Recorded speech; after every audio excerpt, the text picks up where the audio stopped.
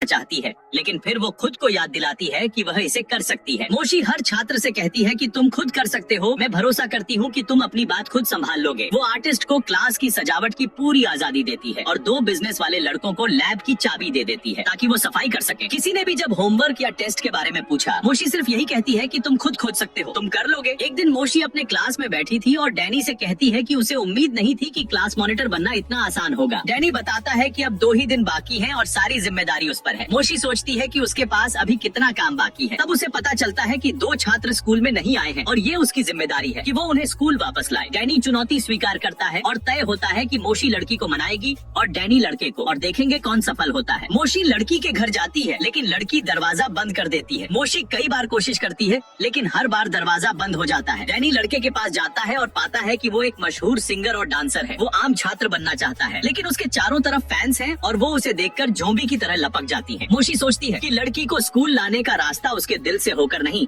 बल्कि उसके लिए मजबूरी बनाकर ही संभव है। वो बाहर से बिजली और पानी काटने की कोशिश करती है, लेकिन लड़की पहले से ही अपने खाने पीने का इंतजाम कर चुकी होती है। डैनी और मशहूर आइडल और उसकी टीम कोशिश करते हैं कि वो लड़की स्कूल में बिना फैंस के आए और अंत में सफलता मिलती है। मोशी सोचती है कि दिल जीतना आसान नहीं है, इसलिए वो लड़की को बाहर से खाना देती है और कहती है कि अगर वो खाना खाएगी तो स्कूल आएगी। लड़की आखिरकार मान जाती है और स्कूल आती है। मोशी उसे खुद से परिचित कराती है और जानती है कि लड़की ज्यादातर समय घर में रहती है, ऑनलाइन वीडियो बनाती है और मशहूर लोगों की नकल करती है। जब मोशी लड़की के कमरे में देखती है तो उसे लगता है कि पूरा छत मशहूर आइडल्स की तस्वीरों से भरा हुआ है। मोशी सोचती है कि अब उसे लड़की को स्कूल लाने के लिए समझाना ही होगा। वो बताती है कि उसका पसंदीदा आइडल स्कूल आएगा और वो उससे मिल पाएगी। डैनी इस पूरे संघर्ष से परेशान होता है, क्योंकि फैंस के बीच आइडल को लाना आसान नहीं होता। इसी बीच क्लास के स्मार्ट छात्रों ने लैब में धमाका कर दिया, जिससे सब चीजें बिखर जाती हैं। डैनी बढ़कर मोशी को चिढ़ाता है कि उसने आर्टिस्ट द्वारा की गई सजावट भी बिगाड़ दी। मोशी सब कुछ भूलकर अगले दिन फिर स्कूल आती है और लड़की की दोस्त बन जाती है। वो दोनों मिलकर स्कूल में आने की कोशिश करते हैं और मोशी सोचती है कि स्कूल में उसके सामने सबसे खूबसूरत लड़के कौन है। मोशी के लिए वो डैनी ही होता है, लेकिन आइडल लड़के की वजह से थोड़ी उलझन भी होती है। पहली मुलाकात में मोशी को लगता है कि उसे ये लड़का कहीं पहले कहीं देखा हुआ है। डैनी सोचता है कि शायद मोशी ने उसे टीवी पर देखा होगा, लेकिन मोशी पूछती है कि क्या वो बचपन में टीवी में आया था। डैनी झिझकता है और कहता है कि नहीं। मोशी पक्की है कि उसने उसे बचपन में खेलते हुए देखा था। अंत में डैनी अपने मैनेजर को फोन करता है और बताता है कि क्या हुआ। मैनेजर कहती है कि चिंता न करें, वो स्थिति को संभाल लेगी। इसी बीच धीरे धीरे शुरू होती है मोशी और लड़के के बीच की कहानी, और यहीं से उनकी रोमांस और दोस्ती की मजेदार कहानी आगे बढ़ती है। घमंडी और अमीर लड़की शिनी, जो स्कूल में घूम रही थी, अचानक देखती है कि डैनी अकेले क्लास में बैठा पढ़ाई कर रहा है। उसे यह देखकर हैरानी होती है कि एक इतना होशियार लड़का यहाँ भी पढ़ाई कर रहा है, जबकि वो टॉपर्स क्लास में होना चाहिए था। कुछ समय बाद जब मोशी स्कूल में घूम रही होती है तो अचानक उसके सामने वही आइडल अपने ग्रुप के साथ आता है और उसे अपने परफॉर्मेंस से इम्प्रेस करने की कोशिश करता है ताकि मोशी उसके बारे में बचपन की याद भूल जाए। मोशी उसे रोकती है और कहती है कि वह सुनिश्चित है कि उसने उसे छोटे बच्चे के रूप में देखा था जब वो हुला हूप खेलता था। आइडल थोड़ा चौंक जाता है और उसकी कोशिशें असफल हो जाती हैं, फिर भी वह हार मानने को तैयार नहीं होता और फिर से क्लास में जाने की कोशिश करता है। वह मोशी से कहता है कि वह उसे रेस्ट टाइम में मिले